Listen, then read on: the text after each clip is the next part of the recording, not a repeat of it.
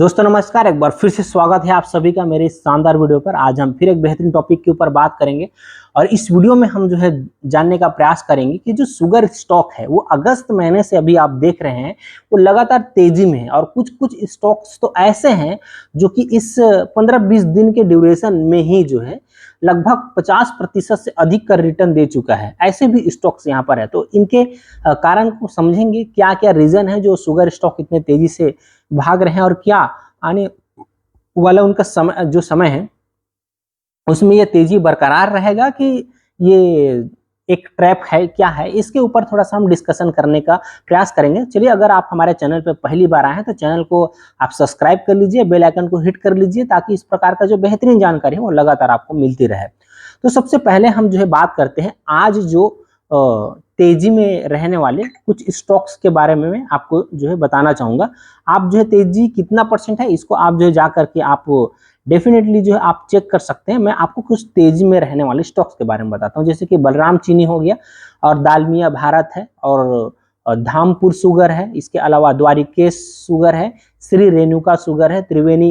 Engineering है और इसके अलावा अवध शुगर है, बजाज हिंदुस्तान शुगर और बनारी अमन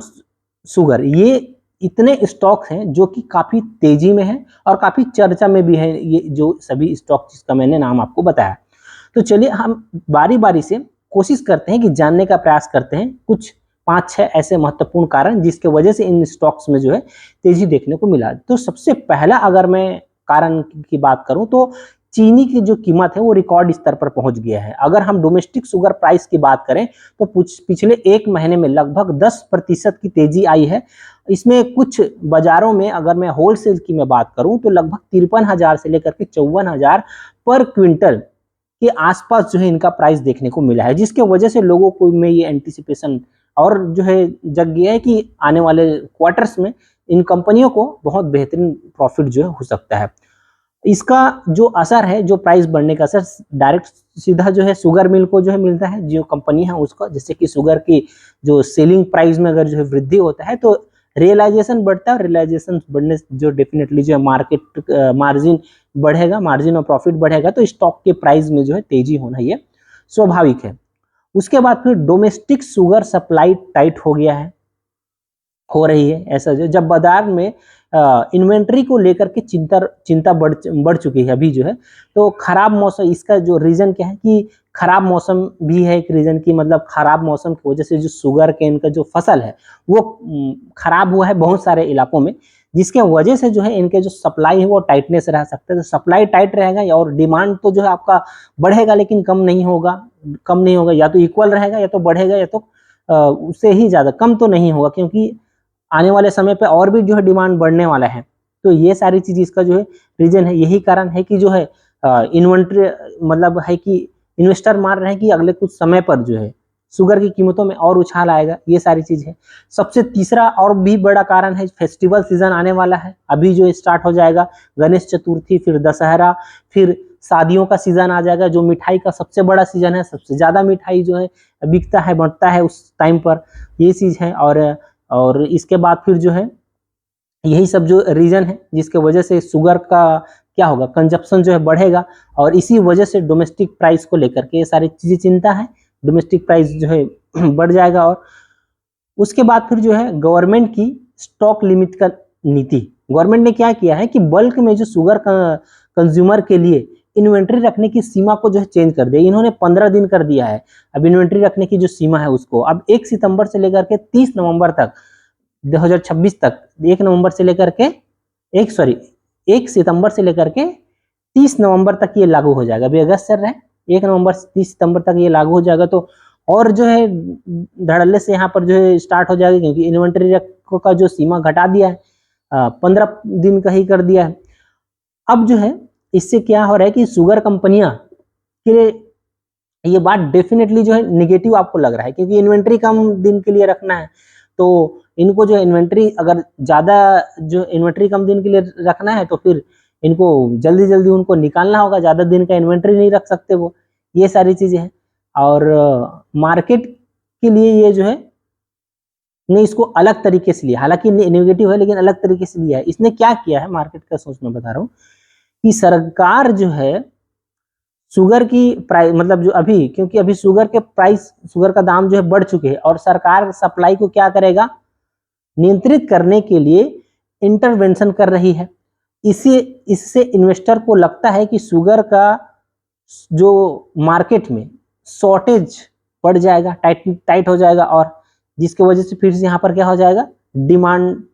ज़्यादा हो जाएगा और सप्लाई कम हो जाएगा, टाइट हो जाएगा। ये इनका जो है मानना है आने वाले समय पर। और उसके बाद फिर ग्लोबल शुगर प्राइस भी जो है मजबूती नज़र दिखा रहा है। इंटरनेशनल रॉ शुगर प्राइस की अगर हम जो है बात करें तो लगभग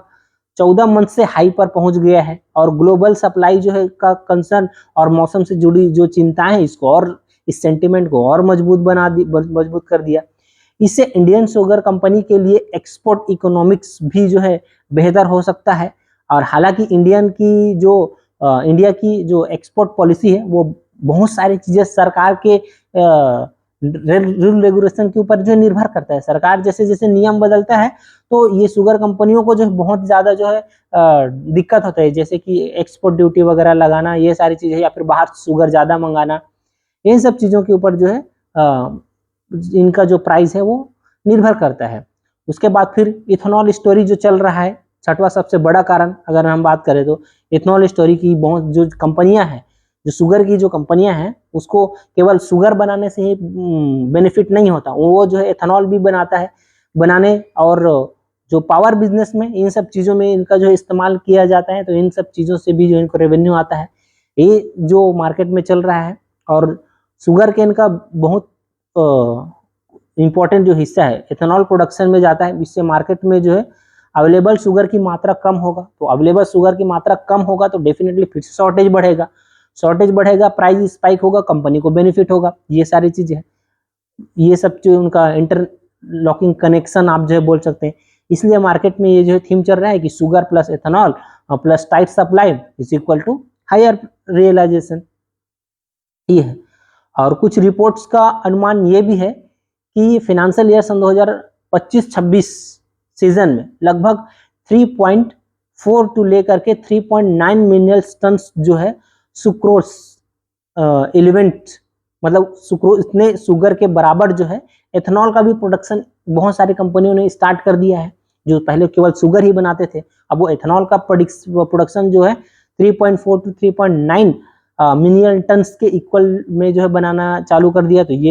ये भी एक जो है बड़ा कंसर्न है कि यहाँ पर जो है शुगर के जगह में जो है एथेनॉल बनेगा, और एथेनॉल से तो जो है जो थीम चल रहा है उससे बेनिफिट उनको होगा ही होगा, शुगर का प्राइस बढ़ेगा तो उससे और बेनिफिट होगा। तो ये हो गया उनका एक पॉजिटिव सेक्टर जिसको हम बोलते हैं। अब हम बात करते हैं निगेटिव सेक्टर के ऊपर, मतलब जो क्या गया रिस्क है, इसको हम जो है ध्यान देते हैं। जब शुगर का प्राइस तेजी से बढ़ता है तो सरकार आमतौर पर क्या करता है, जो प्राइस के इन्फ्लेशन को रोकने के लिए, है ना, कंज्यूमर इन्फ्लेशन को रोकने के लिए वो इंटरवेंशन करता है। तो डेफिनेटली कर सकता है, हर बार करता है। तो अभी सरकार जो क्या कर रहा है, जो इंपोर्ट जो हो रहा है शुगर, वो इंपोर्टेड ड्यूटी, मतलब जो है इंपोर्ट ड्यूटी फ्री शुगर जो है ला रहा है, जो जिससे क्या होगा, अगर इंपोर्टेड ड्यूटी में बदलाव आता है तो सप्लाई मेजर पर विचार किया जाएगा। अगर सरकार ऐसा करता है कि शुगर का इंपोर्ट बढ़ाती है, इंपोर्ट शुगर में इंपोर्ट ड्यूटी अगर बढ़ाती है तो डोमेस्टिक सप्लाई बढ़ जाएगा, डोमेस्टिक सप्लाई बढ़ जाएगा तो शुगर का प्राइस नीचे आ सकता है, अगर डोमेस्टिक सप्लाई बढ़ा तब। और शुगर स्टॉक में जो है करेक्शन हो सकता है, अगर सप्लाई बढ़ेगा तभी ये चीज होगा, और सप्लाई अगर शॉर्टेज रहा तो फिर ये चीज जो है नहीं होने वाला। ये अनुमान है, अगर सप्लाई बढ़ता है तब के कंडीशन पर, अगर सरकार इस प्रकार से नीति लाता है तब। तो ये सारी चीजें हैं जो छोटा सा रिस्क फैक्टर है, और डेफिनेटली शुगर के स्टॉक में उतार चढ़ाव रहता है। लेकिन आप क्या सोचते हैं अभी के सिचुएशन को देख करके, ये मुझे आप कमेंट बॉक्स में कमेंट करके जरूर बताइएगा। और ऐसे और किसी शुगर स्टॉक का अगर आप जो डिटेल एनालिसिस चाहते हैं तो आप मुझे कमेंट बॉक्स में उसका नाम जो है मेंशन कर दीजिएगा, मैं उस स्टॉक के बारे में आपको डिटेल एनालिसिस ला करके दूंगा। तो चलिए मिलते हैं ऐसे और बेहतरीन जानकारी के साथ नेक्स्ट वीडियो।